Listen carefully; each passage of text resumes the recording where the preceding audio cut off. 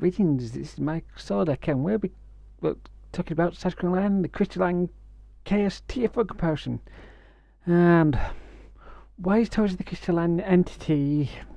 I couldn't find the second line to make up with it, make a silly phrase, silly song for it.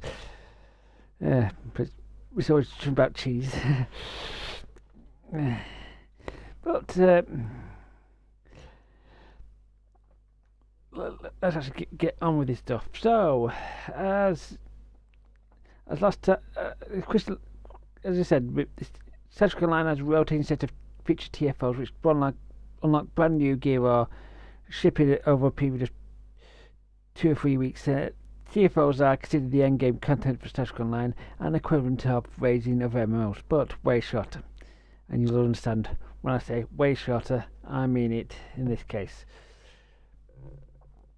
Featured TFOs are often usually set to the easiest difficulty setting, where most failed conditions are disabled, or will be set to a event only setting as well. To earn the ship or gear for free, you must need to play at least one of the TFO for at least once per day for a number of times in a given window. You will always have plenty of time to do it if you skip a day, if you have to forced to skip a day or two, but it takes usually 2 weeks out for free. But anyway, you can also buy out progress with a prorated discount with Zen or Lobby, depending on the event, which are both premium currency. I should also point out that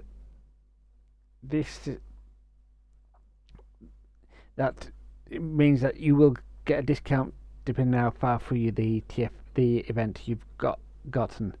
But anyway, with 2026 Crystalline Chaos Event, a brand new TFO makes its debut. So, what am I comparing? So, I'll be comparing the structure and difficulty and the time to take to complete each TFO. Each of these TFOs will be done on normal or the event version, depending on which one is available. I'll note some TFOs will have a defended NPC area which can have progress stopped or reset based on actions of players. So why have I decided this series? It's because many statistical news vlogs and blogs such as Casual Star, SAB, Stu 1701 and several others, including myself, often suggest a TFO to run. Quite often this is usually the fastest one to complete or usually the easiest to complete. The recommended TFOs is often end up being the one that gets going very quickly. Some players may get fed up of playing the exact same TFO for the entire event campaign. So what are the other TFOs I like? But here's some terms I need to cover. So term number 1, timers. This is the section is basically preset in time, and there's no way to increase or decrease it, and it will automatically progress on to the next session. Timer plus final wave. This is usually built for a timer, basically as a timer presets length in time, and then no more foes will appear, but all remaining foes must be defeated before the TFO will continue.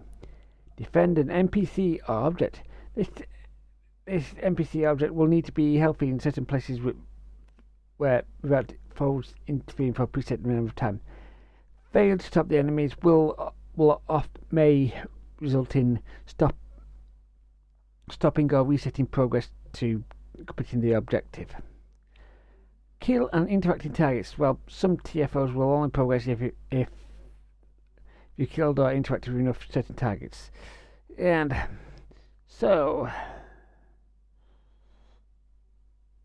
let's actually move on to the actual TFOs. So the Crystalline Chaos TFOs are what you need to do to get the stuff. So the Crystalline Entity, aka, which is officially known as the Crystalline Chaos Trophy. This is the new 5-minute variant. And we've and this is basically as a repeating stage, which is damage crystalline entity, damage crystal, and it will bring it down to preset damage phases. You will need to ideally avoid the damage by the burst, and this time will pop up for about takes 17 seconds between the popping in and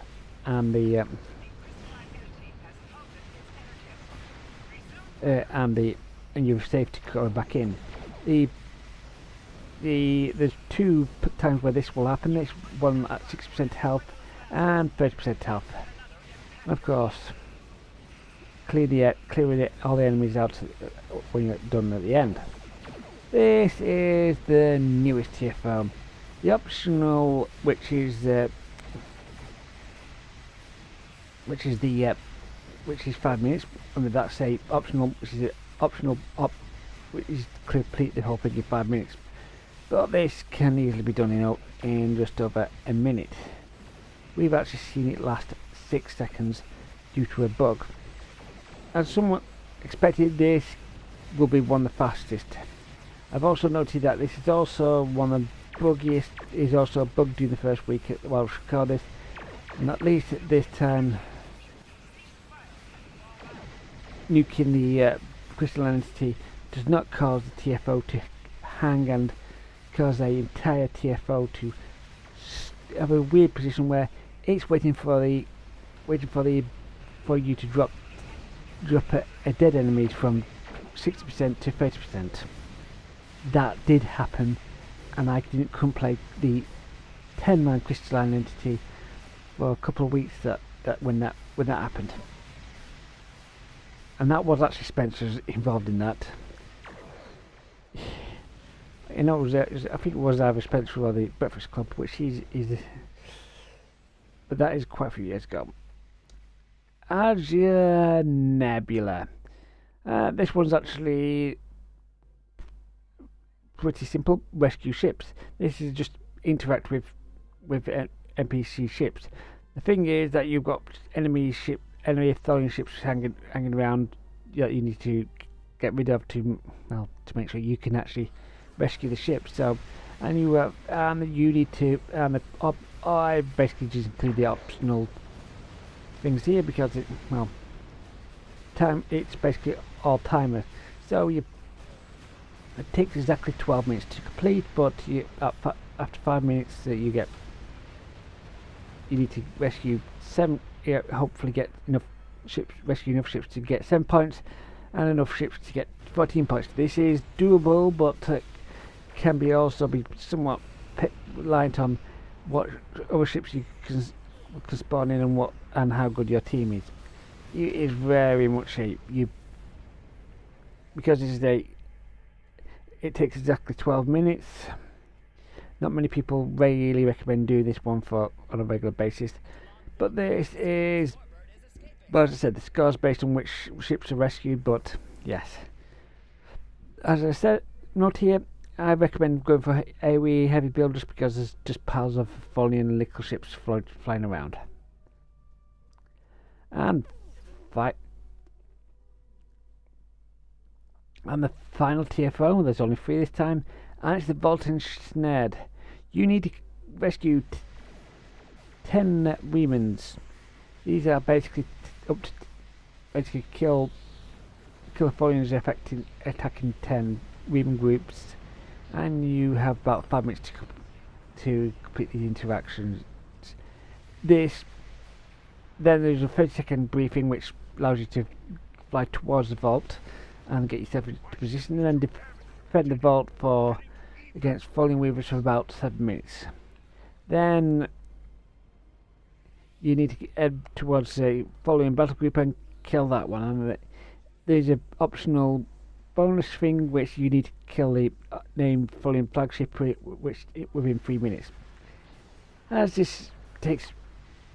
can see, this takes up nearly could take easily 15 minutes to complete, but a good team can reduce the timing with the first and final sections pretty fast, because, well, even in this, because, well, it really is a somewhat coordinated team for the first section, and a good DPS team could easily do the second half of the team, but the final section, I mean.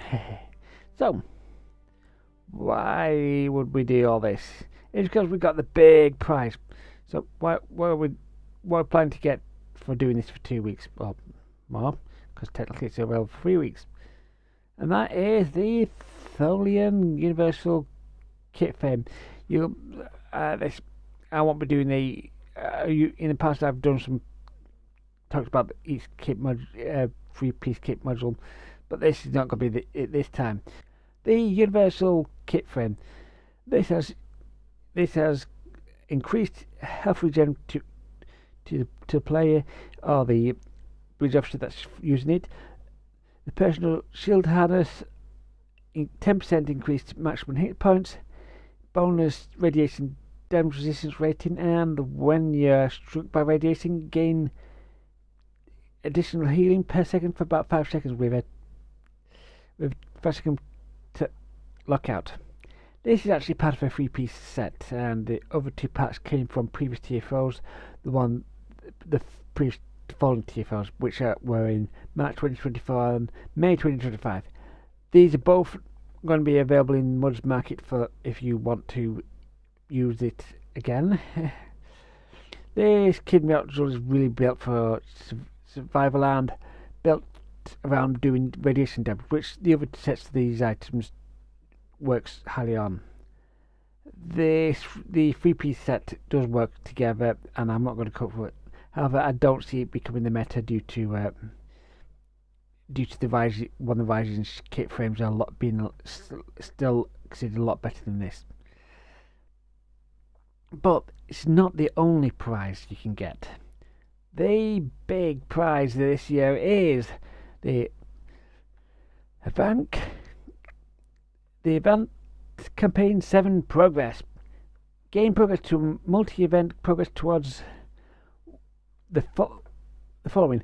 A single-use token for 1 premium T6 ship released between 2025 or earlier.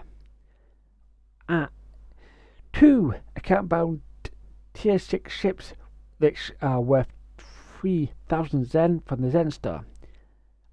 And 1,500 lobby crystals, and the required 4,200 progress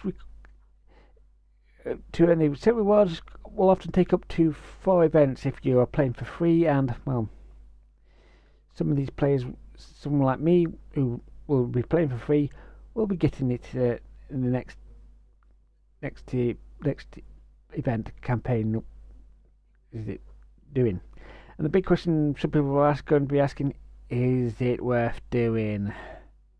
Yes. Well, if you want a free ship, well, heck, I don't know, that brilliant ship from last year is considered really good. Well, that's probably going to be the cheapest way you're going to get hold of it. Anyway, it's been Mike for Mike's Holodeck, and see you guys next time.